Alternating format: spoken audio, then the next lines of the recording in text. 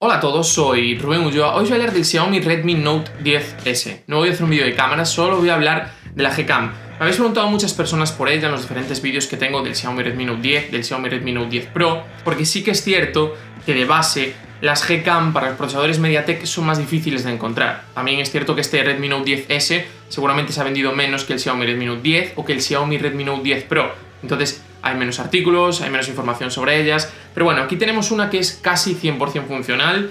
Funciona prácticamente todo, sí que es cierto que el rendimiento no es el mejor, no es el que a mí me gusta traer normalmente al canal, pero bueno, en este caso era un poco la única solución que había porque he probado varias y dentro de no ser perfecta sí que es cierto que es la que mejor funciona de todas. En este caso, esta concreta es la MGC by BSG. Os dejo todos los enlaces que necesitáis en la caja de descripción, os dejo el enlace al chat de Telegram, también os voy a dejar el enlace al Celso Acevedo para que podáis descargar esta aplicación y podáis ver dónde podéis descargar diferentes XML. Yo no suelo utilizar XML, no lo suelo dejar, pero si es algo que os interesa, lo tenemos muy fácil. Me lo ponéis en los comentarios e intento hacer un vídeo de cómo instalar la Gcam, que hay bastante gente que me pregunta en diferentes vídeos, y también intento preparar un vídeo sobre cómo usar los XML. De hecho, puede ser un único vídeo en el cual explique todo, aunque sea un vídeo un poco más largos. Y ya no me enrollo más, ahora simplemente vamos a ver la aplicación y vamos a ir un poco a los ajustes. Para ir a los ajustes tenemos dos opciones. O bien le damos hacia abajo con este pequeño gesto, o bien vamos a la flecha que está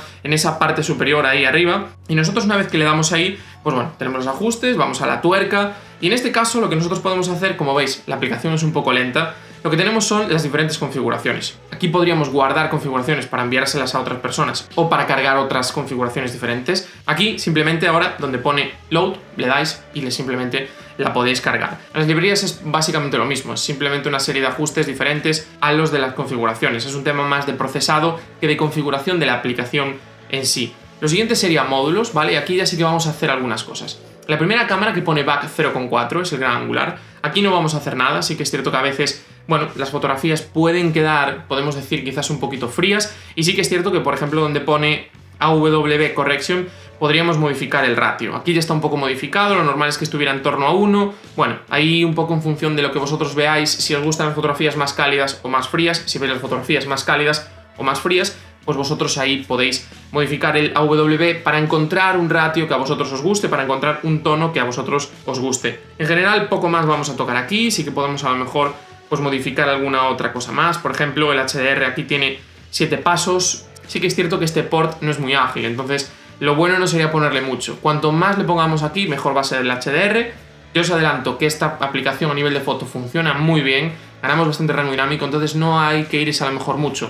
Pero bueno, hasta 11, 15, en el caso de que no os desespere mucho tener que esperar unos segundos a que acabe de hacer la foto y la procese, lo podemos hacer. Yo lo voy a poner en 15, he hecho diferentes pruebas, hay muy poca diferencia, pero sí que es cierto que a lo mejor en la cámara gran angular se puede notar un poco más. Y en este caso, pues aquí no vamos a hacer nada más. Podríamos a lo mejor modificar alguna otra cosa, del tema de color, pero en general tengo que decir que estoy bastante contento con este port a nivel de calidad. La siguiente cámara es la BAC 0.9, en este caso es el sensor de profundidad. Entonces vamos a ir a la parte inferior y lo vamos a desactivar. Es simplemente una cámara en blanco y negro, vemos un monocromo, no va a funcionar bien, nos va a molestar en la zona inferior, vamos a pasar de ella, la vamos a desactivar. La siguiente cámara es la 1.0, o sea, la cámara principal, y aquí podemos hacer lo mismo. Podemos modificar el HDR, aquí siguen 7, que es el valor estándar, pero bueno, vamos a poner 15 también. En algunos casos, cuando estos ports están bien, de hecho, si tenéis este port, lo habéis actualizado y veis que funciona mejor de lo que funcionaba al principio, podéis seguir subiendo este número. No lo subáis nunca mucho más de 20, 25, es un poco el máximo que ponen muchas aplicaciones de manera estándar, pero bueno, si en algún caso lo queréis necesitar o queréis probar, que sepáis que eso es una de las maneras que tenemos ahí también para modificar. Algunas fotografías hechas con este port quedan un poquito oscuras, también las podríamos modificar aquí con la exposición. Lo que pasa es que como compensa de 1 en 1, o sea, no tenemos 0,3, no tenemos 0,7, que es lo habitual en fotografía, yo no lo he hecho porque más 1 es un poco exagerado, pero bueno, si a vosotros os gustan las fotografías muy oscuras, si os gustan las fotografías muy claras, que sepáis que ahí tenéis una manera de que todas las fotografías salgan un poco más oscuras o un poco más claras. El siguiente es la cámara 1.1, perdón, que me he equivocado. La 1.1 en este caso es la cámara macro, la vamos a dejar activada, la podríamos desactivar, ¿vale? Porque la cámara macro de este dispositivo no es especialmente buena, yo siempre lo digo, a mí las cámaras macro me suelen sobrar, pero bueno, y ya es un poco cosa vuestra. Yo la voy a dejar para que la veáis después, cómo se ve. Y la siguiente cámara es la 1.2 y lo cierto es que no sé qué cámara es, porque no he conseguido ver nada. No sé si será algún tipo de sensor que tiene en la zona trasera, así que bueno, este sí que lo vamos a desactivar porque además esta provoca el cierre de la aplicación, con lo cual lo primero que tenéis que hacer cuando instaléis esta port es ir aquí y desactivar esta cámara. Y después, pues la cámara frontal, que otra vez lo mismo, podemos también modificar algunos ajustes, pero aquí, bueno, yo no tocaría nada porque sí que es cierto que ya es una cámara más justita, el HDR pues a lo mejor lo podemos dejar en 10 o en 11, porque es bastante lenta en general esta aplicación y al final pues la cámara delantera, por mucho que intentemos, tampoco vamos a llegar a ningún punto interesante. Y la verdad es que poco más, aquí no tenemos que tocar nada más. Podemos ir a Global, aquí sí que podemos modificar, por ejemplo, la compresión JPG, lo vamos a dejar al 100%, vamos a intentar sacar la máxima calidad siempre posible, podríamos modificar la interfaz un poco en función de lo que a ti te guste. A ver, lo normal sería irse al Pixel 5, pero sí que es cierto que cuanto más avanzado sea, a veces genera más inestabilidad. Yo no he notado grandes diferencias en las pruebas que he hecho aquí, pero de base viene con esta, con lo cual entiendo que la persona que ha hecho este port usa esta de manera habitual y esas personas pues suelen tener un poquito más de conocimiento y sobre todo pues suelen tener un poquito más de control de cómo funcionan las cosas en las partes pequeñas. Y la verdad es que aquí poco más vamos a tocar porque no hay mucho más que tocar. Podríamos modificar el smartphone, podríamos poner Xiaomi. Yo he hecho pruebas y tampoco encuentro grandes diferencias. Al final, como a veces tenemos sensores de Samsung, a veces tenemos sensores de Sony, otras veces son de Omnivision, entonces, bueno, el smartphone puede ser Xiaomi, pero Xiaomi ¿con qué sensor? ¿Con qué marca de sensor? ¿Con qué marca de procesador? Con lo cual lo vamos a dejar en auto, que por lo general al final siempre es un poco la mejor opción. Si vosotros modificáis esos pequeños ajustes y las fotografías las veis mejor o veis que la aplicación va un poco mejor, me lo dejáis en los comentarios. Yo las pruebas que he hecho no lo he notado mucho, la verdad es que no he tocado nada, con lo cual después de hacer las pruebas he reiniciado prácticamente la aplicación, a excepción de ese tema de desactivar las lentes para que veáis cómo sale. Ahora pasando a la parte general, yo siempre desactivo este tipo de cosas cuando la aplicación no funciona bien, ¿no? Guardar ubicación, sonidos de cámara, sugerencias de Google Lens, compartir en aplicaciones de redes sociales, porque todo esto son capas que se añaden al uso y al final pues a veces generan pequeños problemas. Los gestos, esto ya es un poco tema personal, cómo queréis que funcionen las teclas de volumen, que haga foto, que haga zoom, si tocas 2 veces que enfoque, que bloquee la exposición, que haga la foto, todo ese tipo de cosas. Y por último, opciones avanzadas. A mí me gusta siempre activar el aviso de lente sucia, aunque aquí, como es un pequeño extra, pues quizás el rendimiento no sea del todo mejor, pero bueno, lo vamos a dejar activado. Control de HDR+, me gusta siempre tener esa opción de forzar al dispositivo a hacer el HDR+, y después, pues bueno, podríamos activar ese HDRnet. Yo en este caso no lo activo porque sí que es uno de los procesos que más tiempo tardan. Control RAW más JPG, por si queremos hacer alguna fotografía puntualmente en RAW. Ya os digo que yo creo que no vale la pena. Aplicaciones de tercero para la galería, en este caso no lo vamos a activar. Y después, por último, almacenar vídeos eficientemente. Yo siempre lo digo, si tenéis claro lo que es, si sabéis que vuestro ordenador, si sabéis que lo podéis enviar a la tele, si sabéis que lo podéis reproducir en cualquier dispositivo porque es compatible con H265, perfecto. Los vídeos tienen la misma calidad y ocupan la mitad. Si no sabéis lo que es, no lo toquéis porque es probable que un ordenador antiguo, es probable que a lo mejor compartiéndolo por alguna red social se generen pequeños problemas, pequeñas incompatibilidades, porque aún no está al 100% metida en nuestro día a día, con lo cual lo vamos a dejar así. Yo siempre utilizo la sugerencia de encuadre, nos marca el nivel, aquí lo quito porque va un poquito lento, vosotros lo podéis activar. Yo ahora mismo si durante el vídeo lo dejo, pues sí que es cierto que a veces se nota un poco, y la cuadrícula siempre suelo poner 3×3. Después en vídeo activamos la estabilización de vídeo, no activamos OIS porque aquí no hay OIS, no forzamos el 4K 60, ya le cuesta bastante al dispositivo con 4K 30 fotogramas como para añadir el 4K 60 y poco más. Lo cierto es que aquí os vuelvo a enseñar un poquito cuál es la aplicación, cuál es la versión. Esta es la versión, ya lo veis, ¿no? Tenéis el enlace en la caja de descripción, como repito, y ahora vamos a ir a los ajustes específicos de las cámaras. Bueno, está haciendo un poco largo el vídeo, pero quiero que quede todo bastante claro. Si vamos hacia abajo, nosotros tenemos aquí las diferentes opciones que nosotros tenemos para configurar. Dejamos el enfoque en automático, desactivamos siempre el flash, HDR mejorado, balance de blancos de Google, AW de Google activado, porque sí que es cierto que aquí es donde Google da ese pequeño extra, donde nosotros cambiamos un poco los colores de este dispositivo, que a veces tienen ciertos problemas.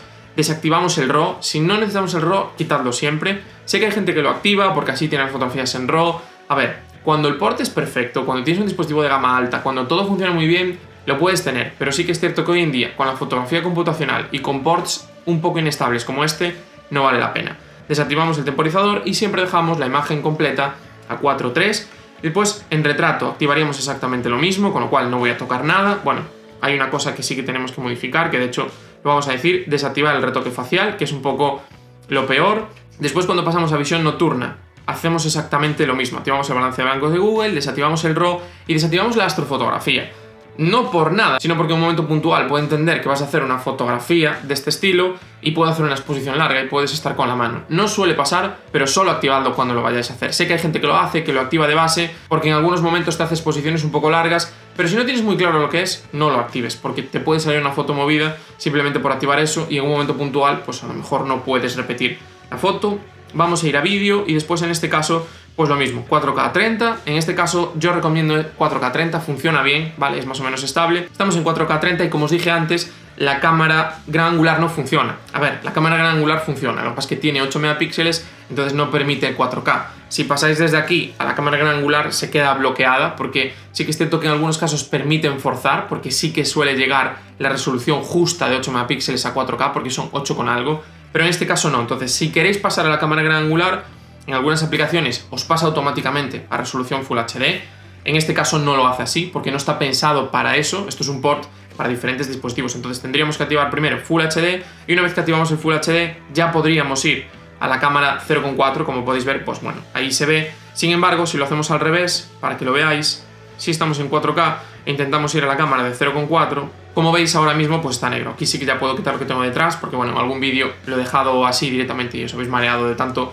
movimiento, entonces no podemos ni ir a ajustes, con lo cual tendríamos que ir al 1 y una vez que estamos en 1 pues tendríamos que volver otra vez a poner Full HD para poder ir a la otra cámara. Y aquí tenemos diferentes modos, tenemos hacia la izquierda cámara lenta, hacia la derecha tenemos secuencia acelerada para hacer una especie de timelapse y a la derecha tenemos los diferentes modos de estabilización de vídeo. Después os contaré algo más, pero sí que es cierto que no funciona muy bien, especialmente el efecto barrido, a veces funciona bastante bien. Aquí no, la estabilización activa no está mal, después os pondré un ejemplo. La fija hace bastante zoom y este sensor para eso no está muy bien. Y la estándar, pues tenemos que decir que estará correcta, pero bueno, ahora os contaré un poquito más. Vamos ya con los ejemplos. Bueno, y ahora voy a empezar hablando por la cámara principal. Lo cierto es que la cámara principal, en las situaciones más habituales del día a día, entre la Gcam y la aplicación nativa, hay muy poquita diferencia. Sí que es cierto que por lo general creo que tiene un mejor color, creo que estamos un poquito más cerca de la realidad, me gusta más la interpretación y en general, aunque Google le da un efecto muy artificial a veces, aunque tenemos ese extra del HDR, de ese micro contraste, sí que es cierto que por otro lado la cámara nativa del 10S hace un efecto demasiado exagerado a veces en el enfoque, tenemos un efecto moiré por exagerar mucho el enfoque digital. Quizás con las fotografías que pongo aquí pequeñas no lo veáis tanto, pero sí que es cierto que alguna fotografía con algún patrón, con algún elemento de repetición sí que se nota ese efecto y lo cierto es que no acaba de quedar todo lo bien, esa especie de diente de sierra que se acaba viendo. Ahí Google sí que lo hace quizás un poco mejor. En general estamos bastante contentos, el zoom funciona un poco mejor y también en alguna situación un poquito extrema, ya se lo he visto a algún dispositivo más de Xiaomi, le cuesta activar el HDR de base y en el caso de Google, si nosotros tenemos el HDR Plus activado, como os he comentado, automáticamente esas fotografías ya tienen el HDR y se ven mejor. En algunos casos las diferencias son más que evidentes, en otro cuando la cámara de Xiaomi también activa el HDR de manera automática se nota menos, pero en todos los casos siempre vamos a tener un poquito mejor de HDR y un poco mejor de rango dinámico con la aplicación de la Gcam que respecto a la aplicación nativa, con lo cual, bueno, en esa base creo que es una aplicación bastante interesante para usar. Después cuando pasamos a la cámara gran angular, una de las cosas que tienen estas cámaras gran angular de 8 megapíxeles es que en el momento que hay un gran rango dinámico, aunque en general haya bastante luz en la escena,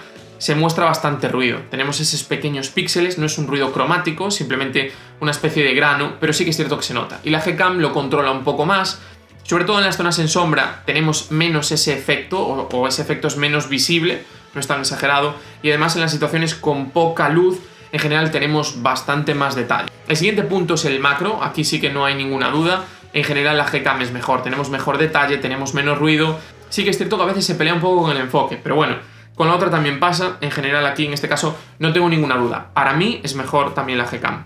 Después cuando pasamos a hablar de la cámara delantera, no hay ninguna duda, también funciona mejor la Gcam, tenemos mejor detalle, en especial en algunos modos concretos, como el modo retrato, o en alguna fotografía donde hay bastante contraste, el tratamiento del HDR es mejor.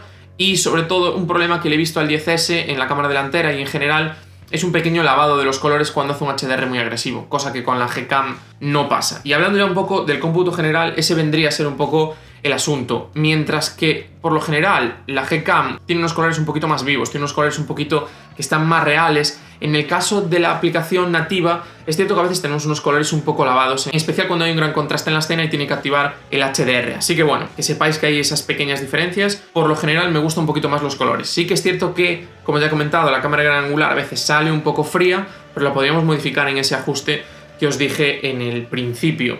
El siguiente punto, en este caso, sería hablar también de las fotografías en poca luz, ¿no? Siempre los meto con el procesado y aquí en general, pues ya lo hemos comentado, hay más detalle de base en la Gcam, el modo noche funciona mejor en la Gcam, aunque tampoco hay que reconocer que es un gran salto. La gran diferencia es que la cámara que más sufre con poca luz es la gran angular y en la Gcam funciona el modo noche con la cámara gran angular, cosa que no funciona con la aplicación nativa, con lo cual ahí sí que veremos bastante diferencias. Una de las cosas más importantes que tiene esta cámara gran angular y que tiene este port de la Gcam es que no tenemos control de la distorsión en la cámara gran angular, con lo cual veréis que algunas fotografías tienen ese efecto barrilete. De hecho, hay una calle que se nota muchísimo, que parece como que va recta y de repente cuando llega a la esquina pega el giro. Es algo que suele pasar, sí que es cierto que tenemos un poquito más de rango de visión, sí que es cierto que tenemos más detalle en la esquina, pero claro, no tenemos esa corrección de la deformación. Entonces, bueno, para algunas situaciones, para ciudad, para líneas rectas, que sepáis que vais a tener ese problema.